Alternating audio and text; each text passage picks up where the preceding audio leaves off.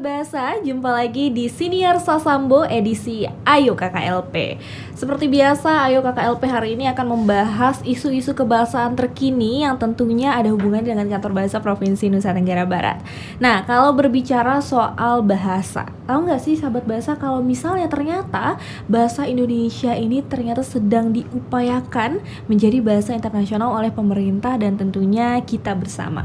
Seperti apa sih sebenarnya upaya-upaya internasionalisasi bahasa Indonesia itu? Hari ini akan kita bahas bersama dengan Bapak Zamzam Hariro. Beliau merupakan salah satu staf Kantor Bahasa Provinsi Nusa Tenggara Barat yang juga ternyata sudah banyak bergelut dengan dunia internasionalisasi bahasa Indonesia. Apa kabar Pak Zam hari ini? Baik, alhamdulillah. Selamat pagi. Apa kabar? Apa nih kesibukannya Pak Zam selama di kantor akhir-akhir ini? Apakah ada yang sedang dipersiapkan atau seperti apa? Ya, terkait dengan apa yang disampaikan tadi, memang saat ini kita sedang mengupayakan penginternasionalisasian bahasa Indonesia. Apa sih yang dimaksud dengan internasionalisasi bahasa Indonesia itu?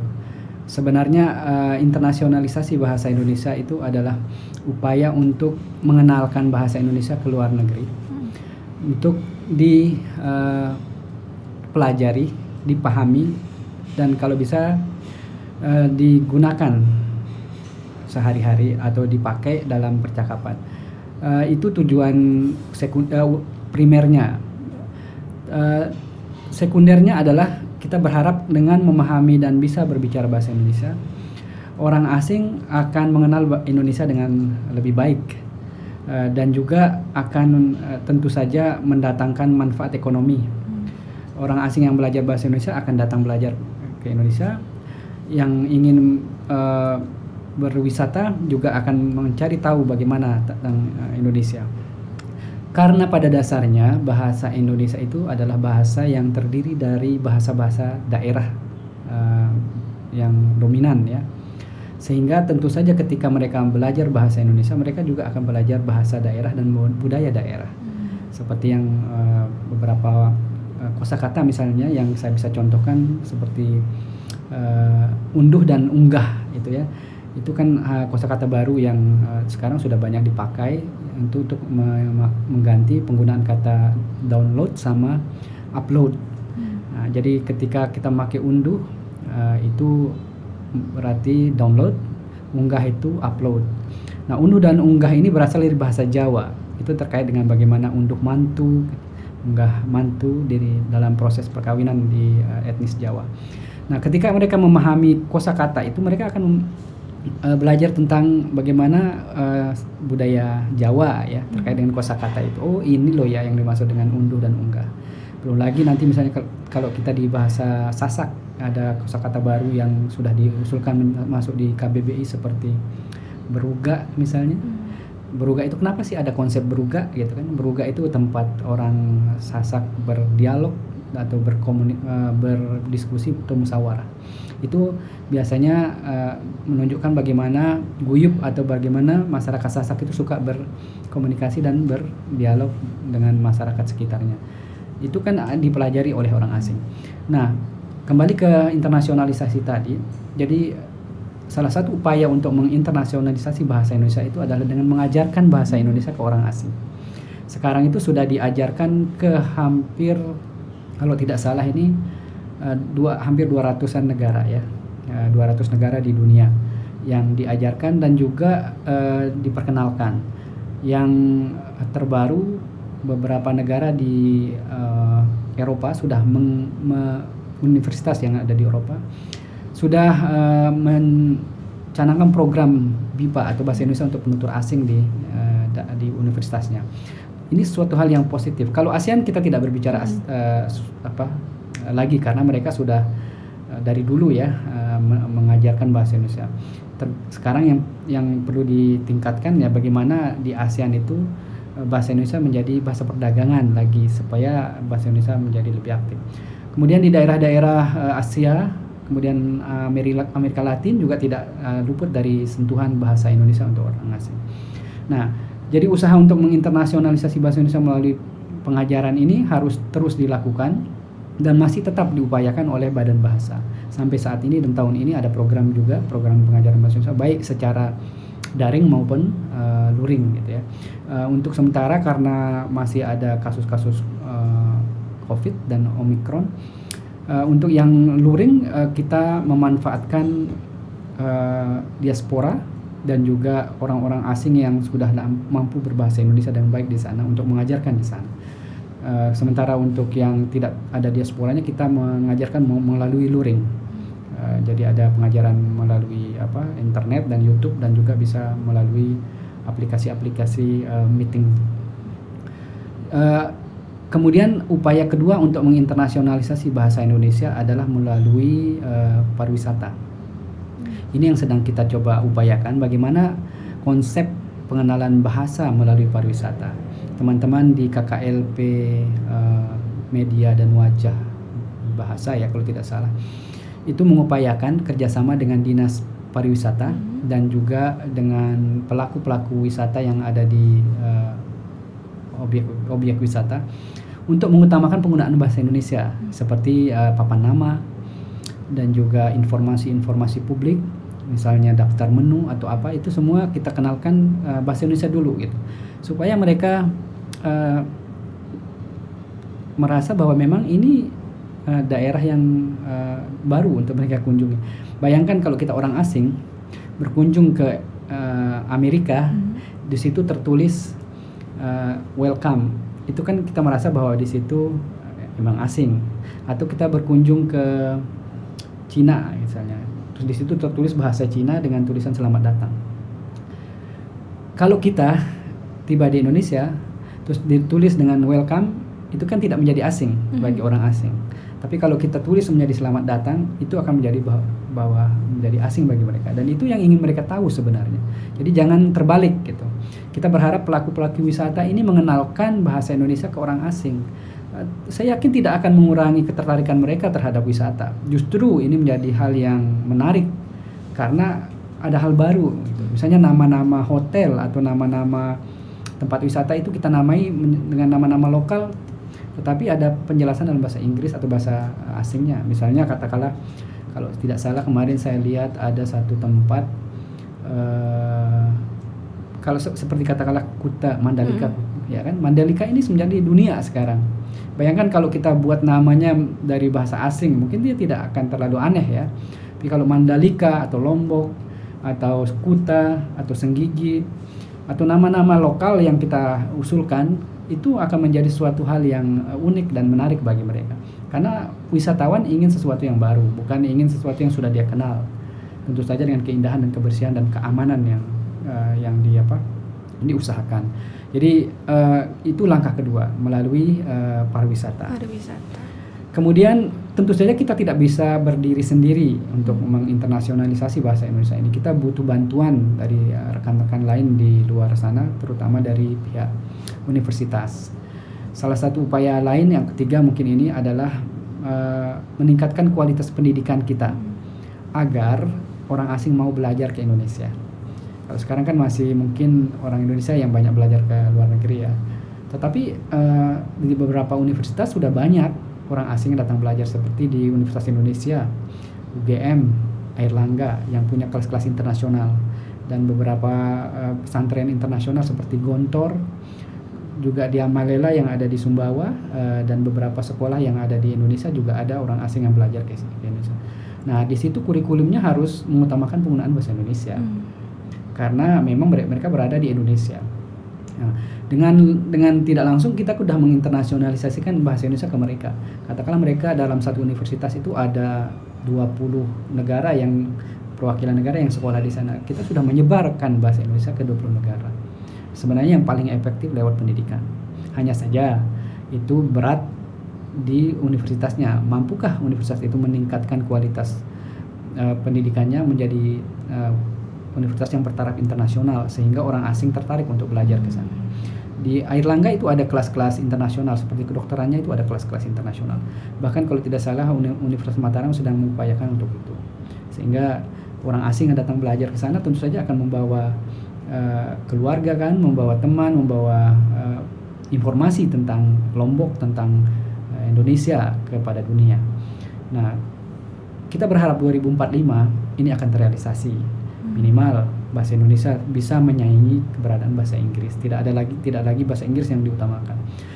Kemudian yang upaya lain yang bisa kita lakukan untuk internasionalisasi bahasa Indonesia itu adalah melalui budaya, pagelaran budaya, seni.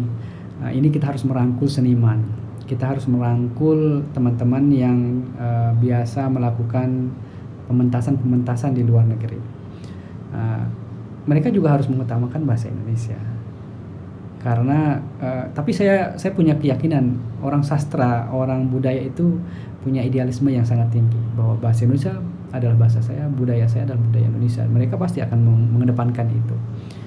Dan mungkin yang agak kurang kuantitas kegiatan pagelaran ya yang diadakan, mungkin terkait dengan dana dan mungkin juga kesulitan untuk travel sekarang ini, mungkin itu. Tetapi kalau diperbanyak pagelaran budaya, saya bisa menembus daerah-daerah yang top gitu ya, daerah-daerah yang punya tingkat popularitas yang sangat tinggi, itu bisa bahasa Indonesia bisa menjadi sesuatu yang diingat dan dikenal. Kemudian bisa juga melalui yang kelima ya, bisa melalui olahraga. Mungkin dari sepak bola ya yang mendunia. Nah, beberapa orang asing kemarin sudah mulai menjadi pemain asing ya yang datang untuk belajar, untuk menjadi pemain yang dibeli oleh beberapa klub di Indonesia. Kalau saya perhatikan beberapa orang asing ini sudah mampu berbahasa Indonesia karena mungkin tuntutan pekerjaan ya. Kalau tidak bisa bahasa Indonesia tidak bisa bermain dengan baik karena membutuhkan komunikasi dengan rekan kerjaan. Nah, ini juga harus diluaskan ke olahraga lain, misalnya bulu tangkis. Bulu tangkis juga termasuk kekhususan kita yang artinya Indonesia hampir selalu unggul juara ya, unggul ya. Nah, kalau selama ini saya belum melihat bagaimana bahasa Indonesia berperan di sana.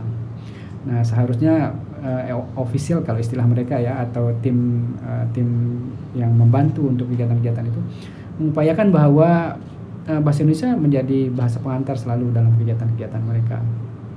Kemudian dalam event-event olahraga itu juga harus menggunakan bahasa Indonesia dengan dibantu penerjemahan. Juga informasi-informasi dalam lomba-lomba dan itu sebaiknya ada informasi dalam bahasa Indonesia. Dan tetap menggunakan bahasa asing juga sebagai bahasa pengantarnya. Saya pikir itu salah satu ya yang bisa saya utarakan terkait dengan bagaimana internasionalisasi bahasa Indonesia. Tapi ini sekali lagi tidak bisa berhasil dengan maksimal kalau tidak ada peran-peran dari pihak-pihak lain, dari pemerintah daerah, kemudian dari dinas pariwisata, dinas pendidikan, universitas, kemudian dari dinas olahraga ya, pendidikan dan olahraga, pemuda dan olahraga. Mungkin juga satu yang kemarin kita pernah coba jajaki dengan Universitas Islam. Nah, iya betul sekali. Karena biasanya Universitas Islam itu mengutamakan bahasa Arab terlebih dahulu. Nah, ya betul sekali. Kami kemarin pernah mencoba untuk berdiskusi dengan teman-teman dari Universitas Islam Negeri Mataram. Bagaimana kalau setiap kali ada dakwah gitu ya, dakwah yang mungkin juga yang berkaitan dengan orang asing itu juga menggunakan bahasa Indonesia, tentu dengan bantuan penerjemah dan apa gitu. Ini juga bisa menjadi cara untuk menginternasionalisasi bahasa Indonesia. Atau mereka-mereka yang belajar ke UIN kan banyak juga ya dari daerah-daerah lain atau dari negara-negara lain di seluruh Indonesia. Ini kan UIN banyak. Hampir setiap provinsi mungkin ada Universitas Islam, dan saya yakin setiap Universitas Islam itu punya siswa-siswa asingnya. Itu harusnya menurut saya di setiap Universitas Islam itu ada program BIPA-nya. Nah, ini kita udah jajaki dan mereka sebenarnya setuju. Ya, kemarin juga udah kita bantu membuatkan buku ajar dan kurikulum untuk UIN yang spesialisasi agama gitu ya. Dan saya pikir itu terobosan yang bagus karena UIN itu punya ranah sendiri gitu, dan punya wilayah kerjasama yang berbeda dengan yang lain. Daerah-daerah yang berbahasa Arab biasanya kan. Jadi saya pikir itu juga tidak bisa kita lupakan gitu, seperti daerah Mesir, Yordania, Arab, kemudian daerah-daerah Maroko, itu juga harus dikenalkan bahasa Indonesia. Dan pada kenyataannya banyak dari orang-orang itu bisa berbahasa Indonesia dan mungkin lebih cepat gitu. Saya tidak tahu juga, mereka cepat sekali bisa menguasai bahasa Indonesia dibandingkan beberapa daerah atau negara lain. Seperti itu. Ternyata banyak sekali komponen-komponen yang juga menjadi pendukung internasionalisasi bahasa Indonesia dan semuanya harus bersinergi untuk satu tujuan ini ya Pak ya. Tapi kalau misalnya kita ulas lagi terkait dengan penguasaan bahasa Indonesia pada tingkatan seperti apa sih sebenarnya dijadikan tolak ukur oleh pemerintah, harus bahasa Indonesia seperti apa yang dapat dikuasai oleh orang asing. Karena kan kalau kita ngelihat bahasa Indonesia ini sendiri sebenarnya kalau ditinjau memang agak susah dari segi pembelajaran, seperti ada kalau misalnya ujian nasional nih, terkadang bahasa Indonesia nilainya lebih rendah dibandingkan dengan nilai-nilai yang lainnya untuk anak Indonesia seperti itu. Nah, kalau di internasionalisasi bahasa Indonesia sendiri, seperti apa tingkat penguasaan yang diinginkan oleh pemerintah? Iya, dari pengalaman saya berapa kali mengajar ya, sebenarnya yang diharapkan oleh kita untuk orang asing bisa menguasai bahasa Indonesia itu pada level berbicara. Level mungkin kalau kita analogikan ke level penguasaan bahasa Inggris atau bahasa asing, ada beginner kan, kalau kita pemula, kemudian ada elementary, kemudian ada mungkin kalau kita setelah pemula itu ada madya mungkin ya. Mungkin sampai madya saja sudah sangat bagus kalau orang asing mau menguasai bahasa Indonesia. Karena kenapa? Selama saya mengajar bahasa Indonesia, proporsi pembelajar itu katakanlah dari kita hitung 100% itu 70% atau 80% yang belajar di pemula. Sedangkan 20% itu yang madya dan lanjut. Karena madya dan lanjut itu biasanya mereka sudah bisa berbahasa Indonesia. Hanya ingin biasanya didominasi oleh mereka yang jurusan bahasa Indonesia. Memang untuk belajar linguistik lah, linguistiknya bahasa Indonesia. Tapi kalau pemula dan di atas pemula itu biasanya hanya untuk mampu bertahan di Indonesia, survival kalau istilahnya dalam bahasa Inggris. Jadi biasanya kalau mereka sudah mampu berbicara dan berinteraksi dalam bahasa Indonesia walaupun masih istilah dasar gitu, mereka tidak akan melanjutkan untuk belajar ke tingkat yang lebih tinggi, karena menurut mereka setelah itu bisa mereka praktekkan. Seiring itu bisa mereka belajar bisa mempelajari sendiri. Baik, learning by doing berarti Pak ya. Jadi kalau udah bisa bertanya siapa nama Anda di mana, terus berapa harga, terus jam berapa, itu sudah cukup bagi mereka. Dengan beberapa pertanyaan atau informasi-informasi dasar yang mereka ingin tahu itu cukup, karena setelah itu mereka bisa belajar sendiri. Rata-rata orang asing itu kan terpelajar gitu ya, jadi biasanya mereka bisa belajar sendiri. Baik, itu ditinjau dari yang pembelajar. Nah, kalau kita berbicara soal pengajar bahasa Indonesia bagi penutur asing, apakah ini kualifikasinya Pak? Mereka-mereka yang lulusannya ini bahasa Indonesia ataukah yang bahasa Inggris? Karena kan siapa tahu yang lulusannya bahasa Indonesia tidak terlalu menguasai bahasa Inggris, nanti terkendala ketika mengajar ada kosakata yang tidak dimengerti. Ataupun kalau yang bahasa Inggris, apakah bisa mengajar bahasa Indonesia untuk penutur asing di sana? Seperti apa kualifikasinya Pak? Itu salah satu suatu yang dinamikanya menarik ya. Harapannya sih sebenarnya lulusan bahasa Indonesia tapi menguasai bahasa asing tertentu. Itu akan lebih cepat. Tetapi yang paling penting selain dia menguasai menguasai bahasa Indonesia dengan baik dan bahasa asing juga dengan baik tadi, yang terpenting adalah bagaimana mengajarkannya. Nah, itu yang sedikit berbeda dengan bagaimana mengajarkan bahasa Inggris misalnya, atau bahasa asing ke orang Indonesia, atau bahasa Indonesia ke orang Indonesia. Itu yang harus dipahami betul, dan itu harus mendapatkan pelatihan pengajaran. Karena mengajarkan bahasa Indonesia ke orang asing itu memiliki karakteristik sendiri. Pertama, karakteristik yang harus diketahui bahwa biasanya yang kita ajar itu adalah orang dengan pemahaman budaya yang berbeda. Sedangkan bahasa Indonesia adalah bahasa yang tersusun atau terdiri atas kosakata budaya. Jadi mengajarkan bahasa Indonesia tidak terlepas dari mengajarkan budaya Indonesia. Seperti katakanlah belum kita berbicara tentang baku dan tidak baku. Ketika kita mengajar, apakah kita akan mengajarkan siapakah nama Anda atau siapa namanya? Ya kan? Maaf, nama Anda siapa? Apakah yang akan diajarkan itu adalah siapakah nama Anda, ataukah berapakah harga sayur ini, atau berapa nih Bu sayurnya? Nah, itu kan harus tahu bagaimana mengajarkannya. Nah, itu yang sering sekali yang tidak dipahami oleh pengajar yang pemula ya. Nah, kami atau kita di Badan Bahasa itu kan sudah ada pelatihan pengajaran BIPA-nya. Selain itu ada beberapa organisasi atau lembaga yang mengajarkan pembelajaran BIPA untuk guru ya. Nah, itu baru poin yang baku dan tidak baku ya. Belum lagi poin bagaimana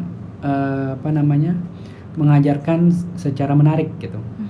Karena bahasa Indonesia itu bahasa yang komunikatif, bahasa yang hidup sehari-hari gitu.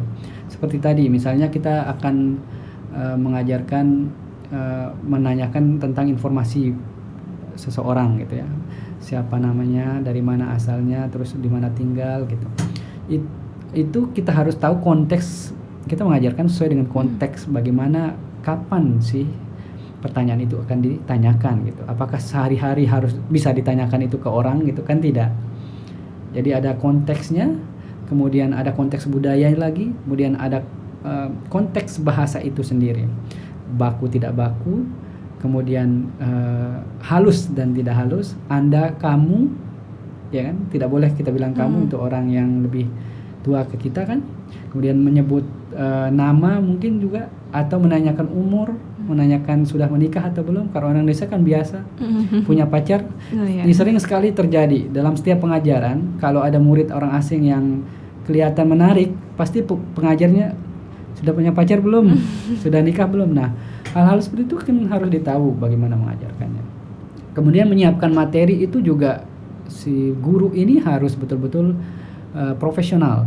Orang asing atau pembelajar asing itu biasanya tepat waktu, tepat janji.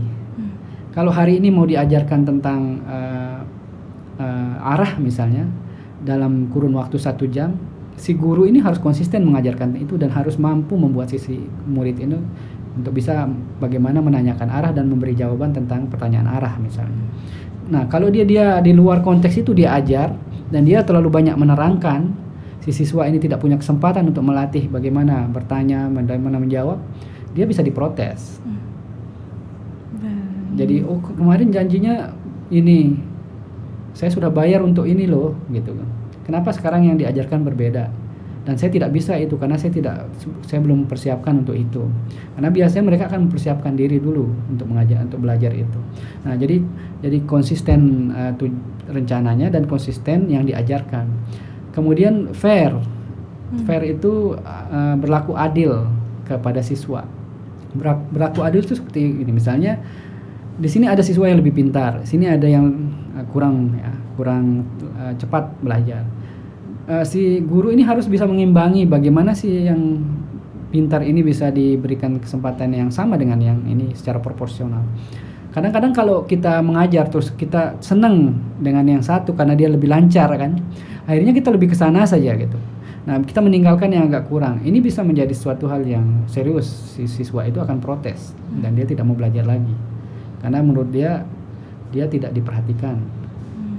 Itu salah satu. Kemudian latar belakang siswa itu juga harus ditahu betul oleh si guru. Ada istilahnya need analysis dan juga students analysis ya, analisis kebutuhan siswa dan analisis si siswa itu sendiri. Dari mana siswa ini berasal? Tujuannya belajar apa? Bagaimana cara belajar yang dia senangi, yang dia biasa lakukan? Misalnya dari dari Cina ya, pembelajar Cina. Karakter orang Cina belajar itu seperti apa? Kita harus tahu. Kadang mereka tidak suka banyak permainan. Seperti Jepang, tidak suka banyak permainan. Mereka suka tata bahasa yang sudah teratur. Mereka baru praktek, latihan, belajar, menghafal. Kalau orang Amerika misalnya, bagaimana cara belajar yang mereka sukai dan mereka lebih cepat? Penugasan misalnya, atau membuat proyek-proyek, interview keluar, ada laporan, kemudian ada debatnya atau apa, atau permainan dan atau membuat masakan atau apa.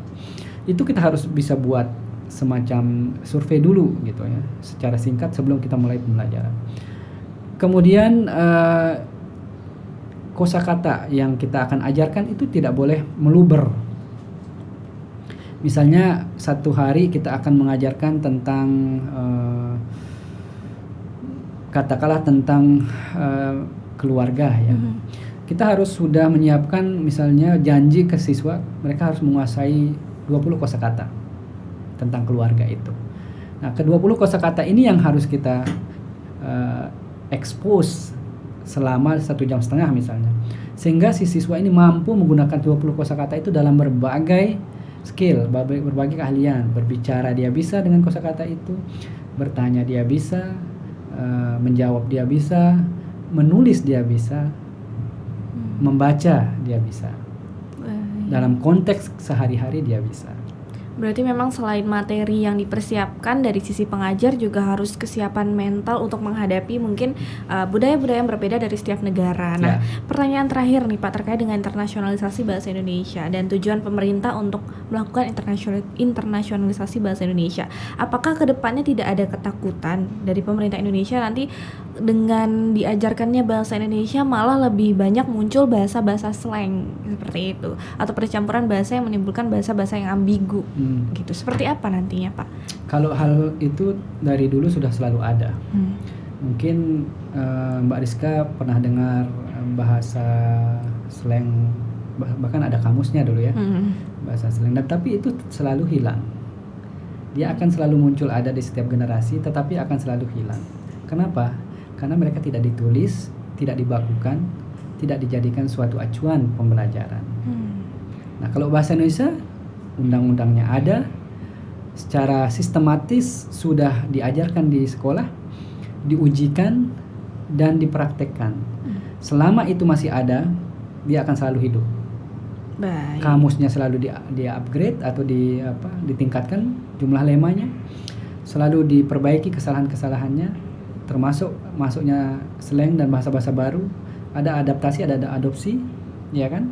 Seperti ada singkatan-singkatan yang slang yang baru-baru itu kalau memang sudah sesuai aturan tidak masalah, dan itu akan memperkaya bahasa Indonesia. Tetapi kalau dia misalnya slang atau mengganti bahasa Indonesia, tidak akan, menurut saya ya, secara teori itu dan pengalaman saya lihat sudah berkali-kali ada bahasa slang itu tidak bisa. Dulu ada bahasa kebalik, mungkin Rizka tahu. Kemudian ada bahasa yang campur-campur di tengahnya. Agak-pagai. Iya. Gitu. Ada yang dibalik kan, Rizka apa dibalik jadi apa gitu.